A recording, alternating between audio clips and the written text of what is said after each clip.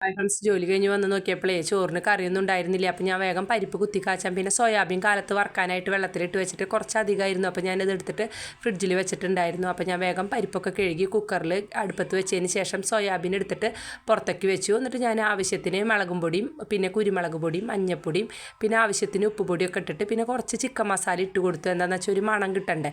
അപ്പോൾ അങ്ങനെ ഇതെനിക്ക് ബിജാഷേട്ടനൊന്നല്ല, ഞങ്ങൾക്കിതൊന്നും അത്ര വലിയ ഇഷ്ടമില്ല. വാവച്ചിക്കും മണിക്കൂട്ടനും ഇതുണ്ടെങ്കിൽ അവർ ചോറുണ്ടോളും. അപ്പം അങ്ങനെ ഞാൻ വേഗം അതൊക്കെ മസാലകളൊക്കെ പുരട്ടിയിട്ട് പിന്നെ ഇഞ്ചി വെളുത്തുള്ളി പേസ്റ്റൊക്കെ ഉണ്ടെങ്കിൽ നല്ല മണമാണ്. എന്നിട്ട് ഞാൻ അതൊന്നും ഇട്ടില്ല, അതിനൊന്നും ഞാൻ മെനക്കിട്ടില്ല. അപ്പം അങ്ങനെ ഇതൊക്കെ ഇട്ടതിന് ശേഷം നന്നായിട്ട് ഞാൻ അതൊക്കെ ഒന്ന് മിക്സ് ചെയ്തിട്ട് അവിടെ മാറ്റി വെച്ചു. പിന്നെ ഞാൻ തലേ ദിവസം തന്നെ എന്തെങ്കിലും കറിക്ക് ഉണ്ടെങ്കിൽ ഞാൻ അതൊക്കെ ശരിയാക്കി വെക്കാറുണ്ട്. അപ്പോൾ ബിജാഷേട്ടൻ വരുമ്പോൾ കൂർക്ക വാങ്ങിച്ചിട്ടുണ്ടായിരുന്നു. അപ്പോൾ ഞാൻ വേഗം അതൊരു സഞ്ചിയിലിട്ടിട്ട് നിങ്ങൾ എൻ്റെ കഴിഞ്ഞൊരു ലോങ് വീഡിയോയിൽ കണ്ടിട്ടുണ്ടാവും. അപ്പം അങ്ങനെ ഞാനത് മുറ്റത്ത് കൊണ്ടുപോയിട്ട് 2-3 വട്ടമൊക്കെ ഒന്ന് തല്ലി അതിൻ്റെ തൊലിയൊക്കെ കളഞ്ഞതിന് ശേഷം ഞാനത് വട്ടോറത്തിൽ ഇട്ട് കൊടുത്തു. എന്നിട്ട് അതൊക്കെ ആഞ്ഞ് വാരി എടുത്തു. അപ്പോൾ അതിൻ്റെ മണ്ണും തൊലിയൊക്കെ അടിയിൽ നിന്നിട്ട് ഞാൻ കൂർക്ക മാത്രം ആഞ്ഞ് വാരി എടുത്തതിന് ശേഷം നന്നായിട്ട് പൈപ്പിൻ്റെ അവിടെ സിങ്കിൻ്റെ ചുവട്ടിൽ നന്നായിട്ട് കാട്ടി അതൊക്കെ കഴുകി വൃത്തിയാക്കി. കുറേ മണ്ണൊക്കെ ഉണ്ടായിരുന്നു. എന്നിട്ട് ഞാനത് വെള്ളത്തിലിട്ടിട്ട് ബിജാഷേട്ടനോട് നുറുക്കി തരുമെന്ന് ചോദിച്ചിട്ട് അവിടെ കൊണ്ടുവച്ച് കൊടുത്തു. അപ്പോൾ ബിജാഷേട്ടൻ TV കാണുന്നുണ്ട്.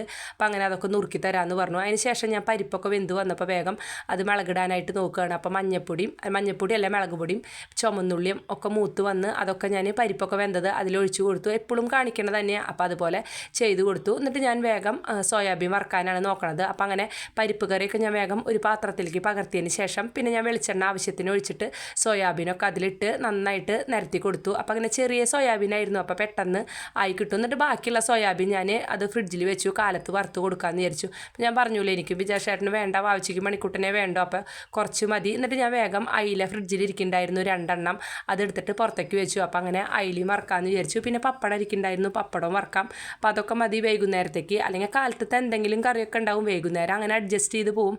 കാലത്ത് തന്നെയാണ് പ്രത്യേകിച്ച് കറികളും കാര്യങ്ങളൊക്കെ ചെയ്യാറുള്ളൂ. അപ്പം അങ്ങനെ ഞാൻ ഗ്യാസ് കുറച്ചിട്ടിട്ട് അതൊക്കെ ഒന്ന് മൊരിച്ചെടുത്തു. എന്താണെന്ന് വെച്ചാൽ ഒരുവിധം വെന്ത് കിട്ടട്ടെ എന്ന് വിചാരിച്ചിട്ട്. എന്നിട്ട് ഞാൻ വേഗം അതൊക്കെ ഒന്ന് ഇളക്കി കൊടുത്തു.